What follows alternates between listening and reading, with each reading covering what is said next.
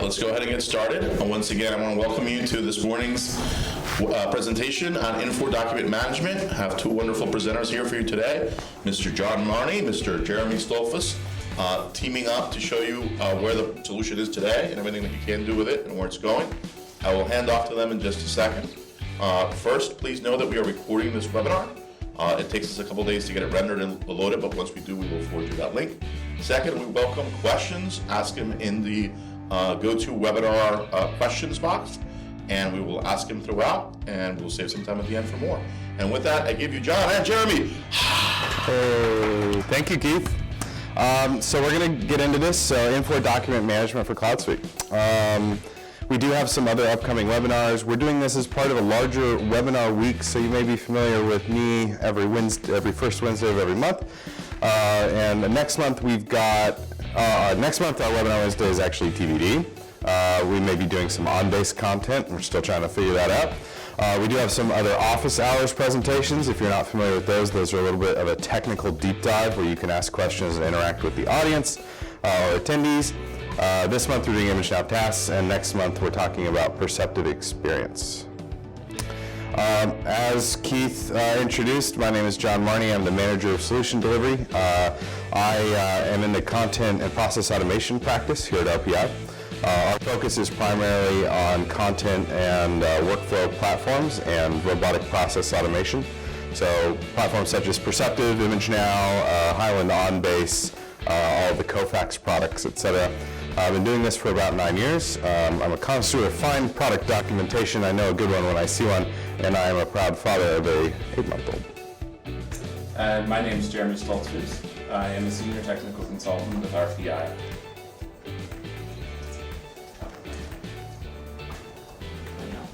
Is that better? All right. My name is Jeremy Stolfus. I'm a senior technical consultant with RPI. I have over about 15 years of experience with Infor Lawson products, formerly a system administrator on the client side for many years, responsible for installations, upgrades, various project implementations. Right now I'm specializing a lot in process improvement, specifically with Infor process automation, and very CloudSuite focused right now.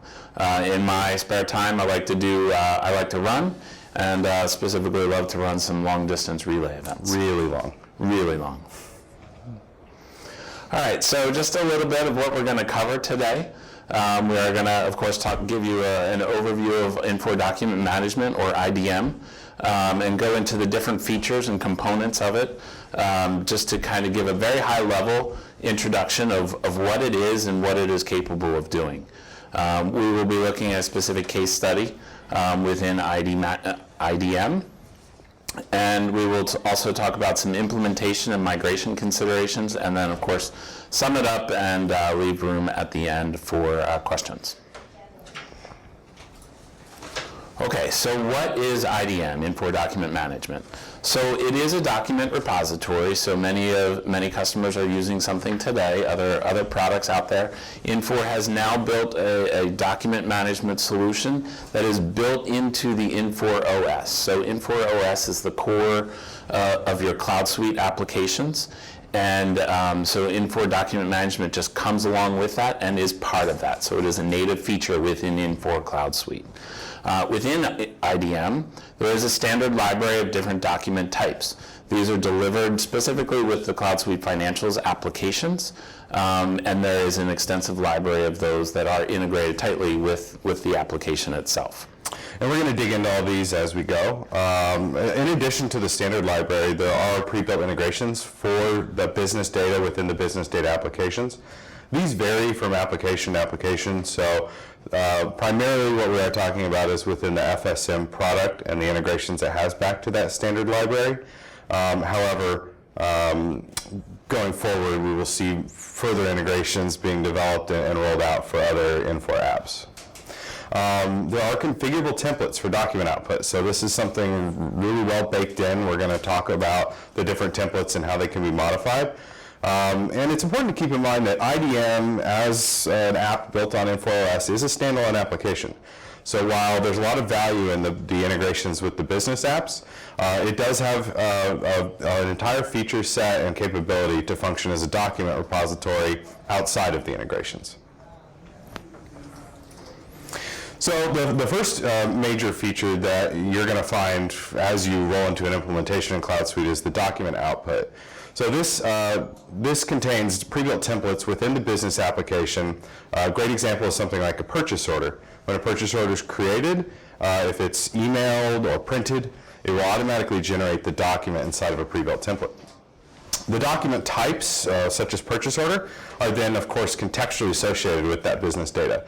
So the document gets generated out of the business app, stored in IDM, and can be referenced back from the business app. And of course, again, the documents can be automatically generated.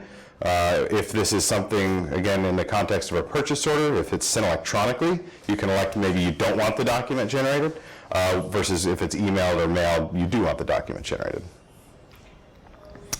As we look at the different, with those document types that are delivered within the application, then of course those templates are delivered. You can create new templates, but you can modify those default delivered templates to include things like logos, to meet special formatting that your clients may need, or things like that. This is these templates can all be edited and maintained. It is a Word plugin that allows you to essentially communicate directly with the CloudSuite Financials IDM repository and update those templates, reformat them as you need. Yep. And here's just a quick screenshot of the out-of-the-box purchase order templates that are in CloudSuite. There's one for PDF, one for rich text, one in XML, and then there's a Word version as well. So how do we get the documents into the system that we have that aren't generated by IDM? Documents can be captured into IDM in a number of ways, primarily two. If you have a user working through the IDM app, there is an Add Document button. This allows them to select the document type and populate any attributes or properties that need to be filled in on that document. There is a utility available for scheduling file imports for servers or file shares. It's important to consider the translation from your existing document capture processes. There is no direct scan capability like you might be familiar with other content applications, except through the Infor capture add-on, which we'll talk about a little bit later. But if you do need to capture scanned documents, you just drop your scans into a file share and import them using the batch scheduler. Emails or other attachments, EDI, things like that, can be actually imported using RPI's Yoga capture service directly out of the inbox. And of course, like I said, the attributes or the metadata, this is translated as things like keywords in OnBase or custom properties in Perceptive. All of the user-defined index data can be set at capture time or modified later, or be contextually brought in from the business app. When we talk about, so you've got all these documents in your repository, so how do you get them out? How do you view them and see them? So within the IDM application itself, there is a user interface, a query builder basically, that allows you to search on those various attributes, metadata that John talked about, and allowing you to put that in there. So if you're looking for a specific invoice and you know the invoice number, for example, you can add that to this search criteria. From within, once you find those documents, then those documents can just be simply viewed. You can export them, you can email them, or there's a bunch of other actions as well that you can do right within the application. It's also important to note that there's actually, within the CloudSuite Financials application, you've got in-context viewing. So if I happen to be looking at invoice number 12345, on the right-hand side of the screen, there's a little contextual app that will automatically determine, hey, I've got an invoice invoice image in document management, and I'll just show it right there. And from there, you can do you can go into the application or do some actions right off of that contextual app. So it's real-time, in-line. Your users don't even actually have to go to a separate application. That can be right within the CloudSuite Financials. And it is important to know that within the document repository, the security around these documents, so within the financials, the financials application's roles follow into the IDM repository. So what you're allowed to see within the CloudSuite Financials application, you are allowed to see those documents as well. Yep. And here's a screenshot of that context viewing. Yep, exactly. So I'm clicking, I have a list of invoices, and I have the bottom one highlighted, and I can see here that there's an invoice image associated with that. So not technically part of IDM are workflows that are built inside of ION, which is just another extension or piece of the entire Infor OS system. So IDM is a component within it. If you want to leverage workflows built around or to include your IDM documents, you can trigger ION workflows based on a document capture or document creation. So the custom processes are built in ION, and then you, on the IDM application side, set up a trigger for what exactly, whether an attribute change or a document capture is triggering the kickoff of that workflow. So I mentioned earlier that there's an add-on called Infor Capture. And what Infor Capture allows you to do is through a third-party partnership with Effisoft, allows you to scan or capture documents directly into the Effisoft Capture utility, which will classify and OCR your data. This works very similarly for other third-party applications. We're very familiar with Kofax, Total Agility, Brainware, other types of applications that can do OCR.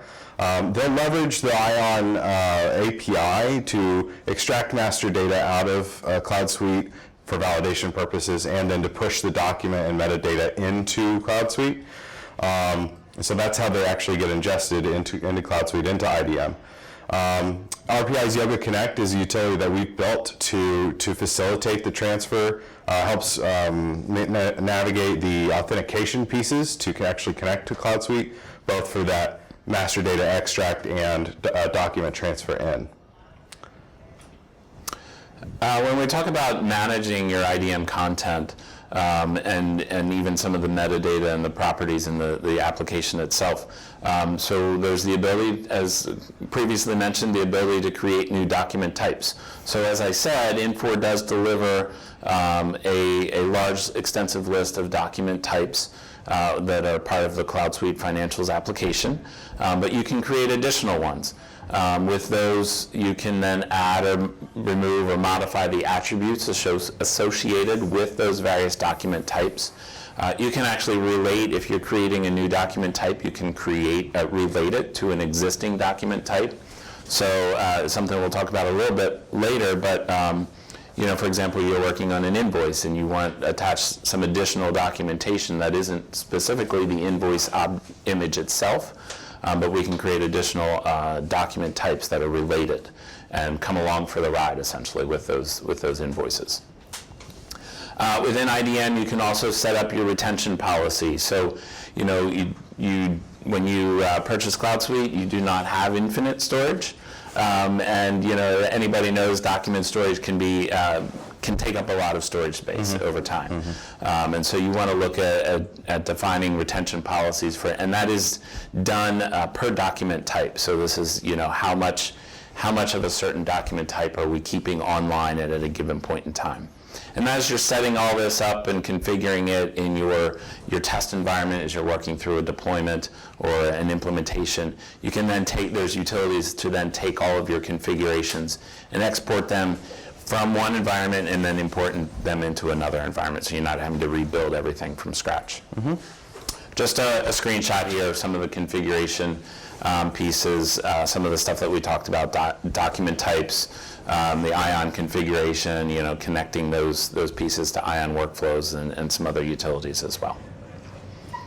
Now I want to just talk a little bit briefly about a specific case study that I'm currently working on with a client for Infor document management and CloudSuite Financials. So the requirements that were given to me are listed here. So basically, we're utilizing a project invoice functionality.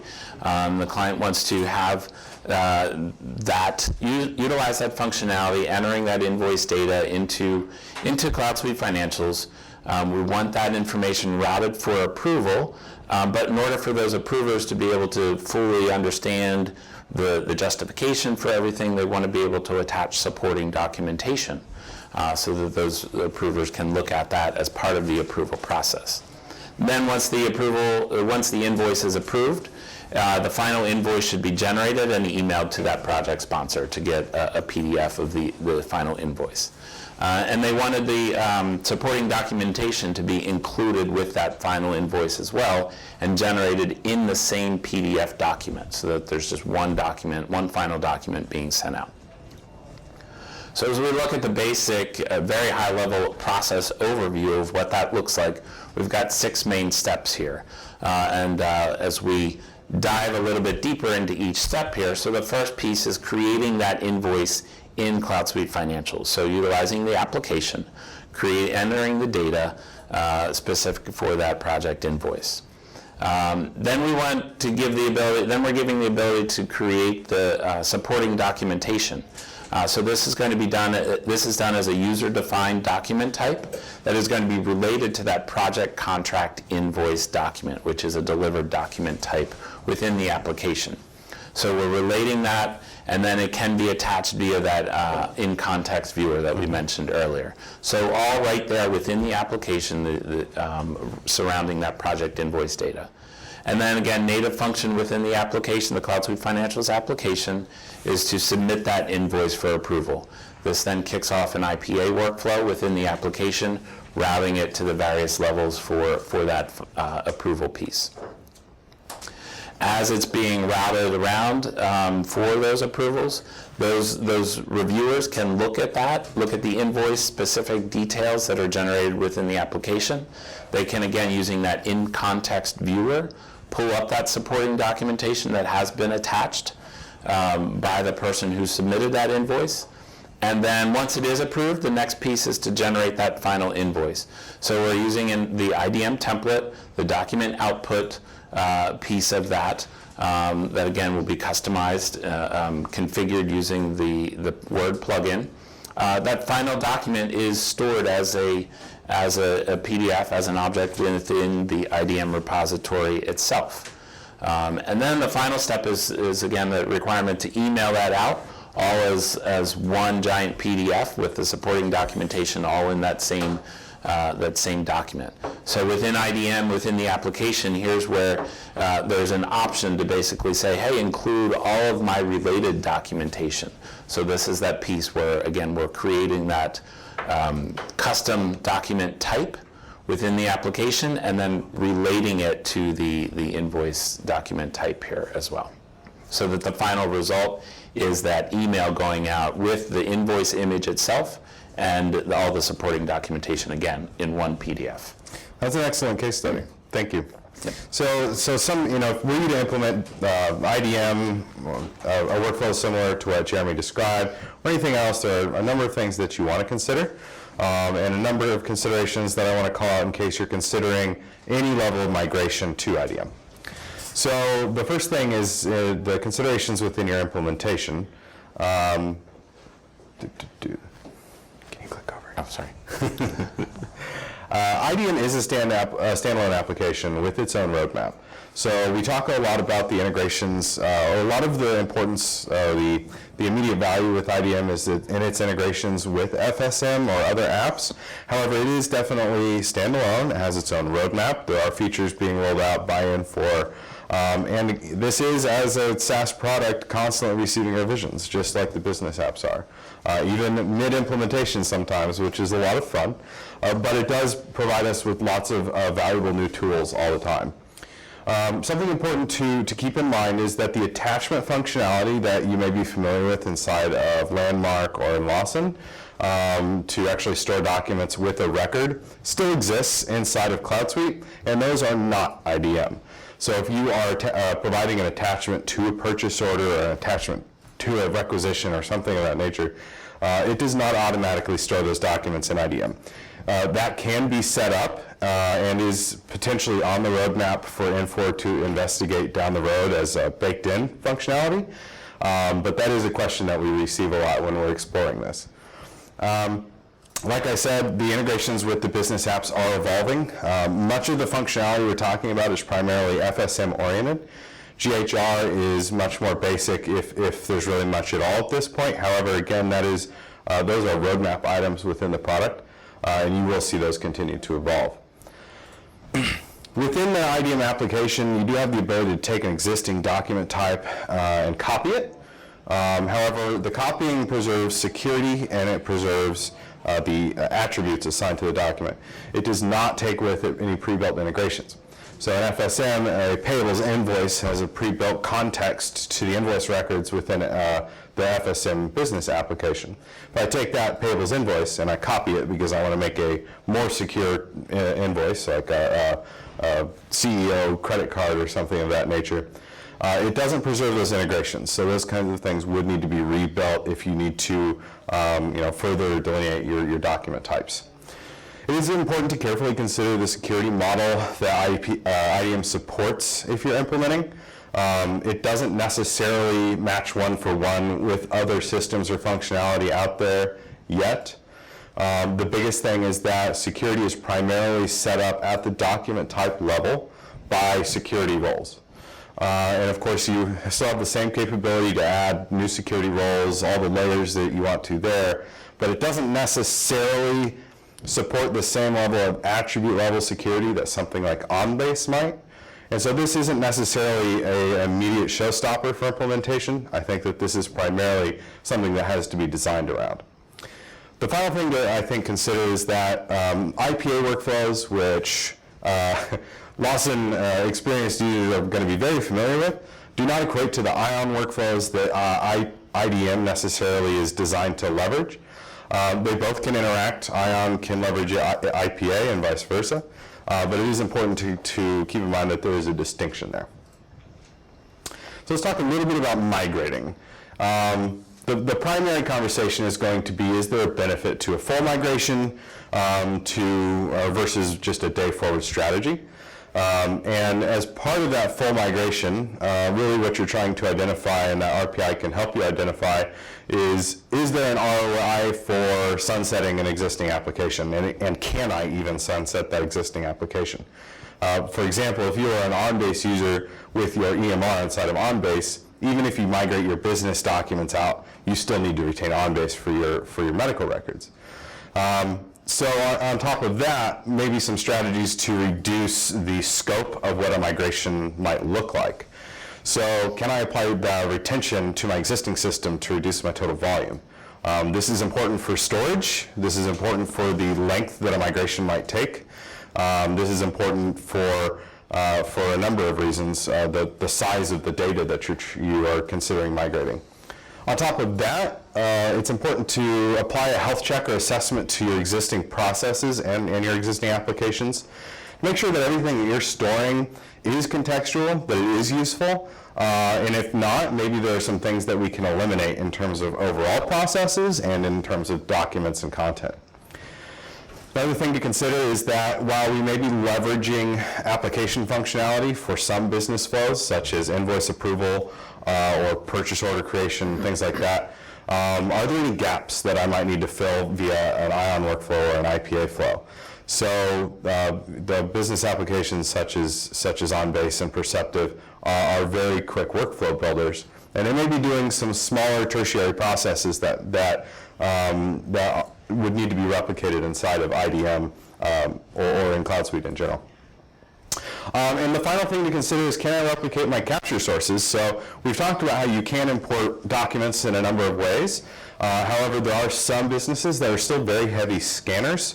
And as much as we want to move you away from paper and get you all paperless, the reality is that there is not necessarily out of the box without the Infor capture add-on, a scan to CloudSuite option.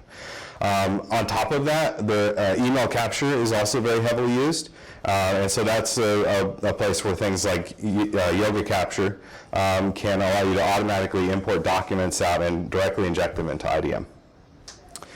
So that's the meat and potatoes of our webinar. This is really exciting for me because I get to take my experience with content management and the document systems and marry it with Jeremy's long experience as an Infor technical guru and really see how these things come together.